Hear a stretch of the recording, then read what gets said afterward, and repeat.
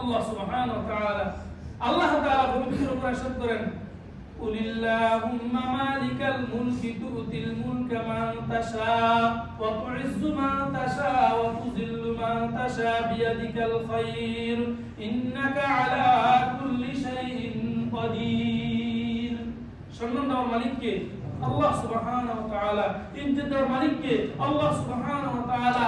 আল্লাহ তাআলা যাকে সম্মান দিবেন, আল্লাহ তাআলা যাকে ইজ্জত দিবেন, আল্লাহ তাআলা যাকে উপরে উঠাইবেন, দুনিয়ার কারো সাধ্য নাই নিচে নামানো, ঠিক কিনা? এই জন্যই সর্ব অবস্থায় আল্লাহর উপর বিশ্বাস রাখতে হবে।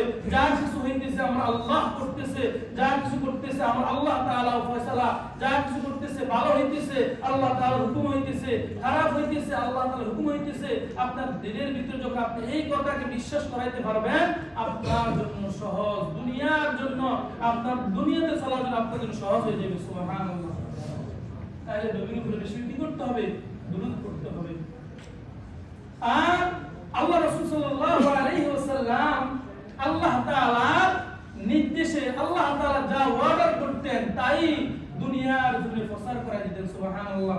নবীর থেকে নিজ থেকে কোনো কথা বলেন নাই, নিজ থেকে কোনো কথা বলেন নাই। যা কিছু আল্লাহ তাআলা জিবরাইলের মাধ্যমে ওহীর মাধ্যমে আল্লাহ রাসূল সাল্লাল্লাহু আলাইহি ওয়াসাল্লামের কাছে পাঠাইছেন, এইভাবে আপনি দাওয়াত দেন, এইভাবে আপনি হিকমত খাটায় দাওয়াত দেন, এইভাবে আপনার উম্মতদেরকে বলেন আমি সম্পর্কে পরিচয় করায় দেন। আল্লাহ তাআলা বলেন আপনি হিকমত খাটান, হিকমতের সহিত সদাচরণের সহিত সৎভাবে সুন্দরভাবে সুন্দর আচরণ করে আপনার আমার বান্দাদের মধ্যে আপনি ইসলামকে ছড়িয়ে দেন। আল্লাহ তাআলা পবিত্র ভাষাত করেন উদউ ইলা সাবিলি রাব্বিকা বিল হিকমাতি ওয়াল মাউইযাতিল হাসানাতি ওয়াজাদিলহুম বিল্লাতি হি আহসান। হে নবী, আপনি মানুষদের সাথে আপনি আপনার উম্মতের সাথে সদাচরণ করেন, সুন্দরভাবে আপনি তাদেরকে বুঝান, হিকমত অবলম্বন করুন এবং আপনি তাদের সাথে এমন ভাবে কথা বলেন, উত্তম ভাবে বিতর্ক করেন, উত্তম ভাবে তাদেরকে বুঝান, তাহলে আল্লাহ তাআলা তাদেরকে কি করবেন? হেদায়েত দান করবেন। সুবহানাল্লাহ।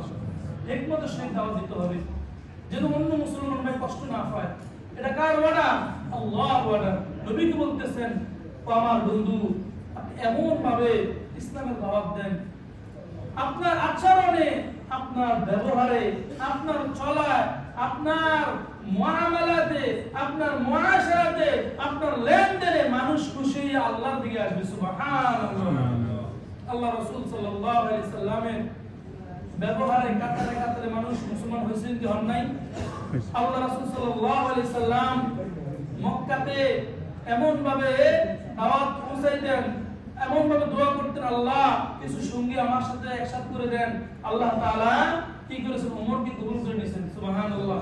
আবু বকরকে কবুল করে নিয়েছেন। এইভাবে ইসলামের ঝান্ডা ধরার জন্য, ইসলামকে প্রতিষ্ঠিত করার জন্য আল্লাহ রাসূল সাল্লাল্লাহু আলাইহি ওয়াসাল্লামের সাথে সাহাবীরা এমন ভাবে সহযোগিতা করতেন এবং আল্লাহ তাআলা সাহায্য করতেন।